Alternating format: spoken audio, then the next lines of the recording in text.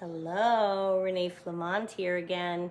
You guys, last video we just talked about is that the new supply being the worst position of all. Check it out if you haven't seen it already. I wanted to keep going off that. I mentioned jealousy like once or twice. I want to get more into that. And the title of this video, Stop Being Jealous of New Supply, kind of leaves you. And the next one I'm going to give you, the next video, Friday, I'm going to tell you how to stop being jealous. But right now I want to talk about why you should be stopping being jealous. I know it's hard. I'm going to give you something that helped me turn the corner, because I'm telling you what, it was a relief when I stopped being jealous. It was a really big weight off of me. And what we all feel that jealousy. It's natural. Of course it is. It's human nature. They have what you just had. They have what you think you wanted. You may even still think you want. You haven't maybe arrived at the decision yet that they're a louse. It's new. You just had the devalue. They just found this new supply. You're still in the thick of it and you're jealous. You're green. After giving so much thought to it when I was going through it, I realized that what started to help me stop being jealous, I turned my jealousy into pity for the new supply, which we talked a little bit about last time, and we'll talk a little about next time too. This is a very extensive topic because there's a lot of angles to it. And it happened quickly once I thought about it. And let's unpack this, okay?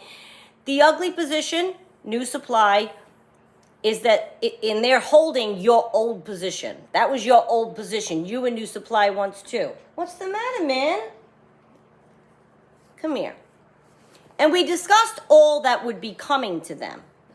We don't think of that when we're in the throes of jealousy. When we're in the throes of jealousy, and let's talk about exactly what we picture them together physically. I'm not trying to bring this up if you're going through this right now, because you're going like this, and I get it. It's like you can't picture your person with whom you've been intimate, now intimate with somebody else. Is he saying the same things to her? Is she saying the same things to him? Insert your own pronoun. You know, mine is he. For a romantic partner, we always say that. You insert your own pronoun and make it work for you. But you're picturing him with her. Does he say the same things to her? Let me tell you something. And this is how, just stop being jealous. Because if he is, then what does that tell you? That tells you that when he said it to us, it wasn't special either. He said the same thing to the girl before me. I found text messages to the girl before me. He was carrying on a conversation with her the whole year I was dating him. I love you, and probably still is with his new supply. That's something to be jealous of, the new supply. And I know, again, your heart, if you're going through it right now, these are the people that I'm thinking of. Because that moment, when that happens, nothing can stop you from being jealous of the new person. And I get it. And I've made videos on this before. We've been doing this channel 18 months now, 20 months. The thing is, or longer, last January, when you turn it into pity, and you might say, I can't, I hate her, she did it on purpose. Okay, that's a whole other thing. If it's a friend of yours and they stole them out from under you and all this, you know what? Pity them anyway. You know what their relationship is going to be. I don't care what they tell you that it's going to be. You know what their relationship is going to be. That was what last video was about. You know what's coming. They're in the worst spot of all. Yet we torture ourselves and we're jealous. We see them together. We picture what he's saying to her when he comes home. Okay, you're picturing the intimacy, and is he saying the nice things? Try to picture the bad things. Are you jealous of that? Are you jealous of him waking you up in the middle of the night to fight with you? He's doing that to the new supply. You can get a good night's sleep now. Mine used to do that. Every night waking me up. 1 a.m., 4 a.m. And Strawberry, shout out to one of my original listeners, mentioned that in one of her recent comments, how that was a torture device that they would use, is waking you up all night and knowing you have to work the next day or get to something the next day, or even if you don't. They use that to torture people. Right? Waking you up all night, if you have one that does that. That's for control. They're playing with your mind. That's what the new supply is. You jealous of that? Or is she jealous of you that you can sleep 8 hours if you want? I'm not saying maybe you don't have an infant, but you know what I'm saying. So your house, when you come home from work now, if you are X now and he has new supply, you can put your pocketbook down, pick up your dog. You can do whatever you want. You can go for a run. You can make dinner, or you can eat tuna out of a can if you don't have, if it's just you. You have answer to nobody. The new supply comes home.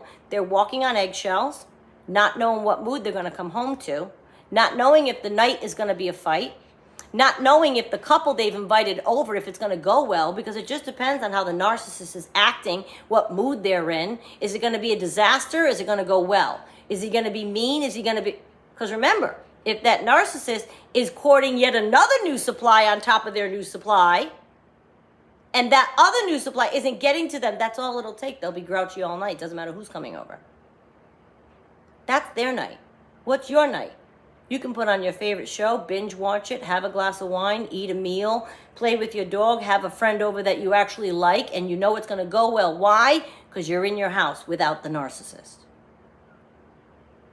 You think that on a Saturday morning, the new supply wakes up and the narcissist takes off on them like they used to do to you. And the narcissist is left home cleaning the house all day. And the narcissist comes back at 5 p.m. on a Saturday and has 18 stories about where they've been for 10 hours. They left that morning. I went here, and then I went there, and then I went there. Oh, and you know so-and-so and so-and-so's uncle's brother's sister, and he was there, and then we went to his shop. Yeah, they were up to no good. You know it, they know it, and we all know it because we're the X.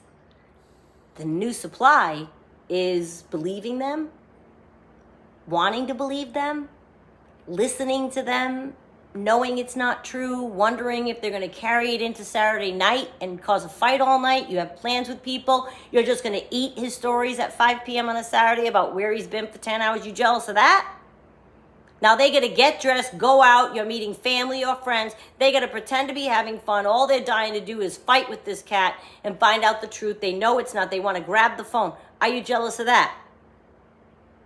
Like, I don't think that we think of the details when we're in the thick of the jealousy. But then I started to really think of the details. You know me with my dry erase board. I started to write it all down.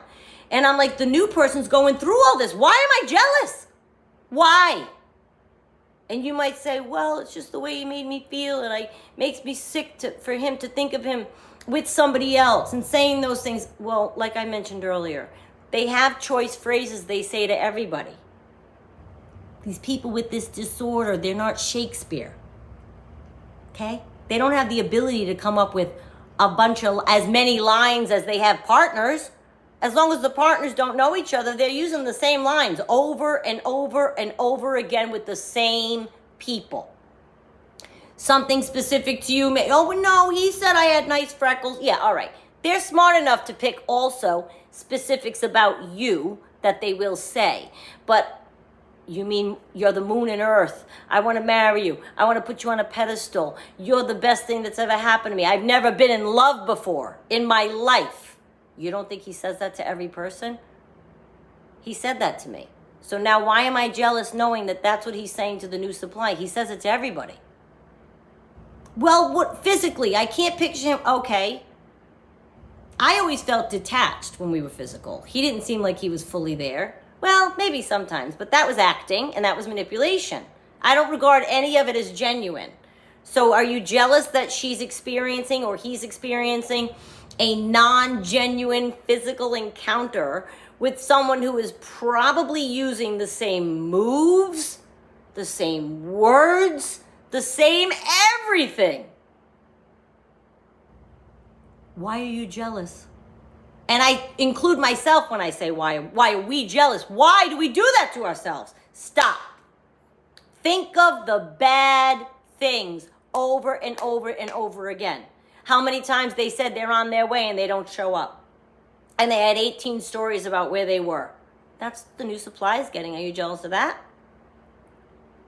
Are you jealous of the 3-hour fight? I'm looking at my porch right now.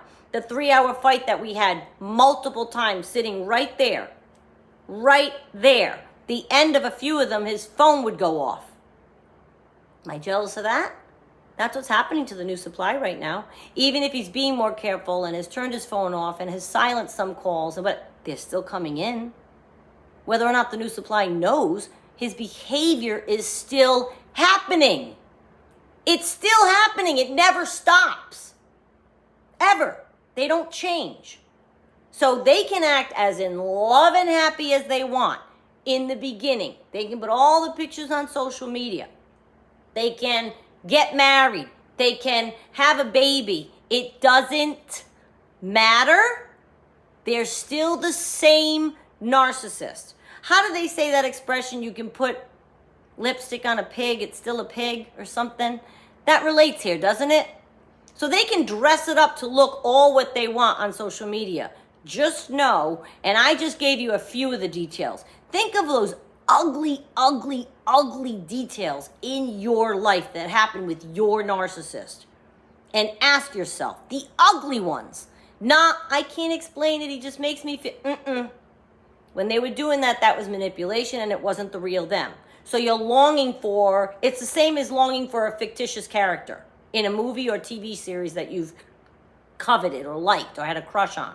Same thing, they were fake. Get off that, the love bombing, the fake, the good that you think you're missing and jealous of. Think of those nasty, ugly, heartbreaking details. Not to make you sad, let it turn you around. It turned me around to pity. She's a human being. Girl didn't do anything to me. She lives 3 hours away. I've never met her. She met a guy she thought was fully single in the world and has no, you know what I mean? She knew about, I'm going to get into that. I outlined it. I'm going to let you guys know a few things about the new supply that happened to me specifically. Hi, Min. Are you joining us? It's important to me, especially people going through it right now, to try at least to have their minds, if somebody had told me this, I might have made a list on my dry erase board sooner rather than be jealous. There was a couple, I was like insane about a certain, now I look back and think, oh my God, I really should have pitied her in the next supply and any other supply that encounters that cretin. Fellow woman, woman to woman, fellow women bonding. I don't want any woman to go through ever what I went through with that person. Yet there's one going through it right now. Hardworking, probably a nice girl, has a daughter, and she's going through it.